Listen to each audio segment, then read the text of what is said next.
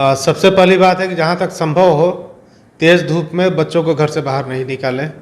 अगर मजबूरी में निकलना भी पड़ता है तो पूरा शरीर ढका हुआ कपड़ा पहनाएं, ढकने वाला कपड़ा पहनाएं। और घर से निकलने से पहले भरपूर मात्रा में पानी ज़रूर पिलाएं बच्चे को।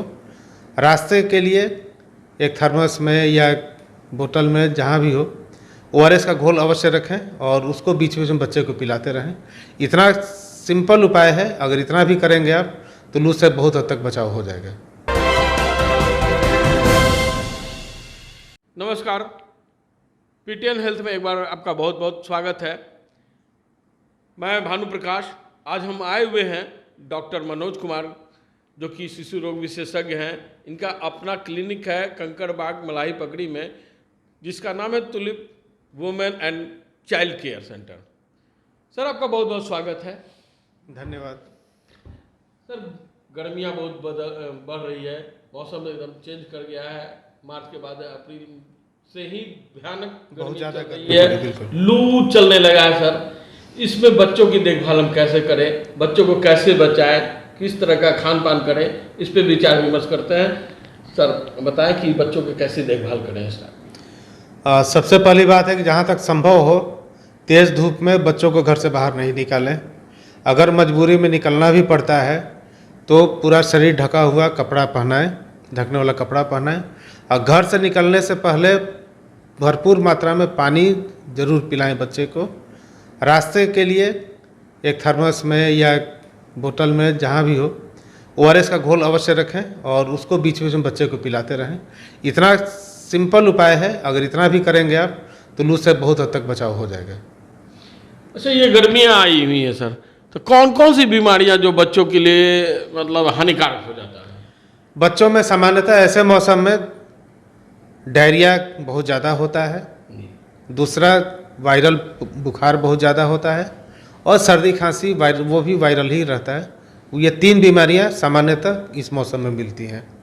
इसके अलावा कुछ है, जैसे बच्चा अगर घर से कम पानी पीकर निकला, रास्ते में बहुत ज़्यादा देर तक धूप में रह गया या गर्म मौसम में रह गया, तो वैसे केसेस में क्या होता है कि पसीना जो स्किन से जो पानी का लॉस होता है वो इनसेंसिबल लॉस कहलाता है। जैसे उल्टी हुआ वो दिखता है, पतला पैखाना होता है उसमें पानी दिखता है, लेकिन अगर मौसम ड्राई या धूप में आप हैं तो स्किन से आपका जो पसीना निकलते ही उड़ जाता है, वो पता नहीं चलता है हम लोग को कितना पानी हमारे शरीर से निकल रहा है, जो कि गर्मी के मौसम में बहुत ज़्यादा जो वाटर का लॉस होता है वो स्किन के थ्रू ही होता है। ठीक है, तो इसलिए अगर बच्चा घर से पानी पीकर नहीं निकला, शरीर में पानी की अगर कमी होगी तो वैसे केस में क्या होता है कि डिहाइड्रेशन, सीवियर डिहाइड्रेशन की वजह से हीट स्ट्रोक होता है। उसमें बच्चा जो है बेहोश भी हो जाता है। बच्चा सियाना हर किसी पर यह बात लागू होता है, बेहोश हो जाते हैं। बेहोश अगर होता है तो तत्काल तुरंत, अगर शरीर गर्म है, जैसे भी हो, कहीं से भी पानी मिले लेकर के उसको नहला दें, शरीर पोंछ दें और तुरंत अस्पताल लेकर भागें उसको। ये सीरियस कंडीशन हुआ। बाकी जो सामान्य बीमारियों का नाम जिनका मैंने पहले बताया है उनका तो आप घर पर भी इलाज कर सकते हैं। जैसे डायरिया वगैरह जो है, तो डायरिया घर पे इलाज कर सकते हैं? डायरिया के शुरुआत में अगर बहुत ज़्यादा बच्चा को पतला पैखाना हो रहा है तो आपको चिकित्सक से एक बार सलाह अवश्य ले लेना चाहिए। लेकिन अगर रात में या और टाइम में या डॉक्टर के क्लिनिक से आपका घर बहुत दूर है तो ऐसे केसेज में घर पर आप बच्चा को ORS पिलाना शुरू कर दें, जिंक का सिरप देना शुरू कर दें। जिंक का सिरप और ORS आप देते रहेंगे तो इतना तय है कि बच्चा आपका सीरियस नहीं होगा। फिर जब आपको समय मिलता है आप डॉक्टर से सलाह जरूर ले जाकर। अच्छा, ये लू की पहचान, जो मतलब ये लू कहता है लोग कि लू लग गया, इसकी पहचान कैसे करें बच्चों में? लू का पहचान, बच्चा सुस्त हो जाएगा, बच्चा का पेशाब कम होने लगेगा, बच्चा का शरीर गर्म हो जाएगा, बच्चा का बर्ताव जो है वो बदल जाएगा, नॉर्मल से एबनॉर्मल बिहेवियर बच्चा करने लगेगा। सामान्यतः लू का यही लक्षण होता है। तो प्राथमिक उपचार आपको ORS का घोल देना है और जिंक की बात बता रहे हैं। बिल्कुल, अगर पतला पैखाना होता है तब, और नहीं तो पतला पैखाना नहीं हुआ तो फिर क्या करना होता है? फिर आप ORS पिलाइए, या जितना भी लिक्विड है, जो भी फल का रस हो गया, शरबत हो गया, नींबू पानी हो गया, ORS का घोल हो गया, इवन सादा पानी आप पूरा मात्रा में देते रहिए उसको। खांसी सर्दी होती है तो एक बार डॉक्टर से ज़रूर दिखवा लें कि उसका चेस्ट का कंडीशन कैसा है, जैसा बताएंगे वैसा करें। बुखार रहने पर आप पैरास्टामोल दे सकते हैं। पहले से किसी न किसी डॉक्टर के यहाँ आप अक्सर लोग इलाज कराते ही रहते हैं, तो वजन के हिसाब से पैरास्टामोल का डोज पहले का जो भी लिखा रहता है उसको देख के तत्काल अपना घर पर दे दें, फिर जब समय मिलता है डॉक्टर से आकर दिखा लें। ये तो लू लगने की बात हुई। लू लगेगा तो कैसे बचाव करें, डॉक्टर साहब ने बताया। ORS का घोल दें, जिंक दें, खान पान पर भी ध्यान दें उसकी। और सर अभी तो मौसम चेंज किया है तो लू तो एक सेकेंडरी हो गया। अभी जनरली जो है सर्दी खांसी बुखार बच्चों में ऐसे भी हो जा रहा है, हर घर में देखने को मिल रहा है, तो इसके लिए क्या करें? जैसा मैंने बताया ये सामान्यतः वायरल इन्फेक्शन की वजह से होता है, कॉमन कोल्ड होता है। अभी जैसे इन्फ्लुएंजा बहुत कस के फैला हुआ है, तो ऐसे कैसे इन्फ्लुएंजा के बीमारी में कोई एंटीबायोटिक नहीं काम करता, इसलिए अक्सर एक लोगों की हैबिट होती है कि किसी भी दवाई दुकानदार के पास गए कोई भी एंटीबायोटिक बिना समझे हुए लेकर बच्चों को देने लगते हैं, उससे बचना चाहिए। और खांसी के लिए अगर आपके पास पहले से कोई कफ सिरप है तो तत्काल दें, बुखार के लिए पैरास्टामोल दें। लेकिन मैं फिर कहूँगा खांसी अगर है, बुखार आ रहा है, एक बार नज़दीक के डॉक्टर से ज़रूर सलाह ले लें। जो कोई प्राइवेट क्लिनिक में आपके डॉक्टर हैं वहाँ जाएं, नहीं अगर प्राइवेट क्लिनिक में आप जा पाते हैं तो सरकारी अस्पताल के इतना बढ़िया सुविधा है हम लोग के यहाँ, हर जगह हर मोहल्ले में हर बड़े एरिया में सरकारी अस्पताल है, तो आप वहाँ से सरकारी अस्पताल में जाकर दिखा लें बच्चे को, फिर वहाँ से जैसा चिकित्सक सलाह देंगे वैसा आप करें।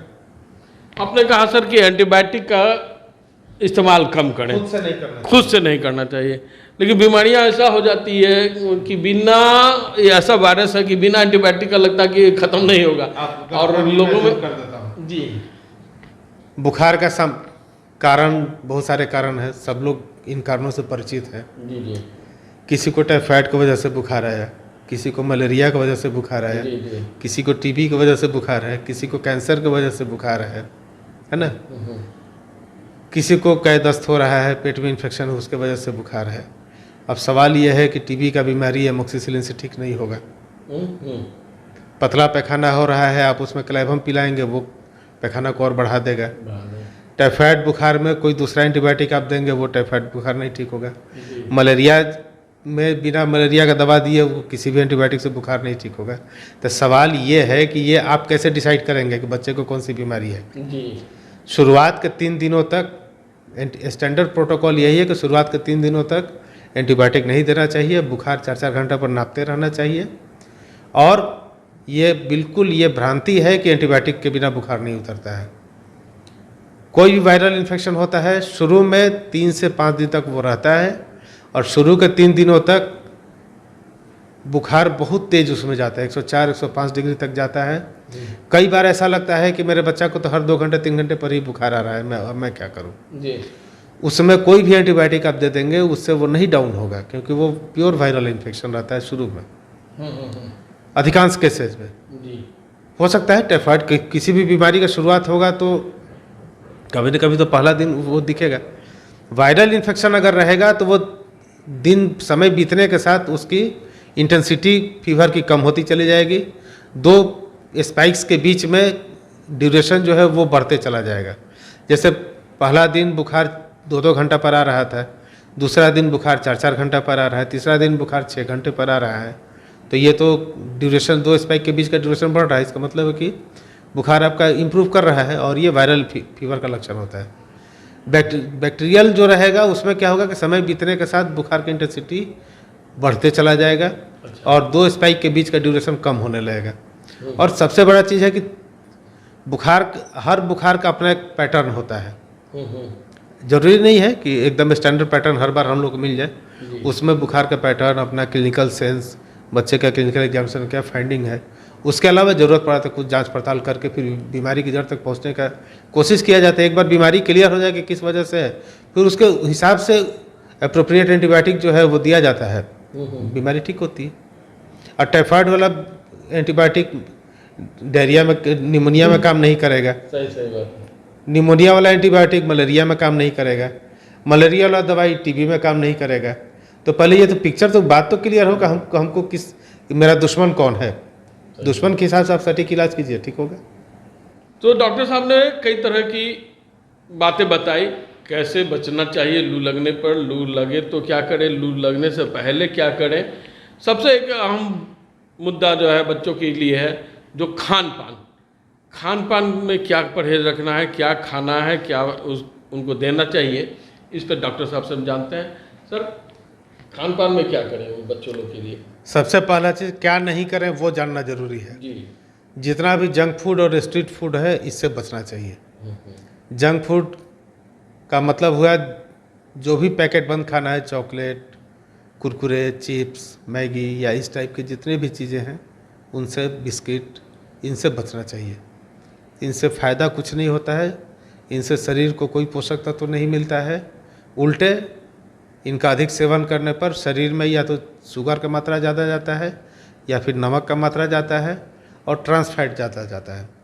ये तीनों मिला जुला करके भविष्य में आगे बढ़ने पर जो बच्चे इनका सेवन ज़्यादा करते हैं उनमें हाइपरटेंशन, डायबिटीज़, कैंसर होने की संभावना आम पब्लिक की अपेक्षा कई गुना ज़्यादा बढ़ जाती है। इसलिए इन सभी चीज़ों को खाने से परहेज करना चाहिए।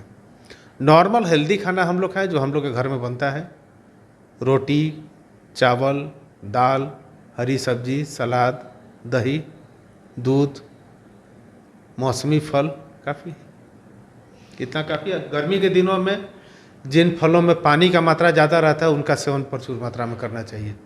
जैसे तरबूज हो गया, खरबूजा हो गया, खीरा हुआ, ककड़ी हुआ, इस टाइप इन सभी चीज़ों में वाटर कंटेंट ज़्यादा होता है, तो इसका सेवन थोड़ा ज़्यादा करना चाहिए। जिसमें वाटर की मात्रा ज़्यादा है उसका सेवन करें, फल का सेवन करें, जंक फूड से बचें।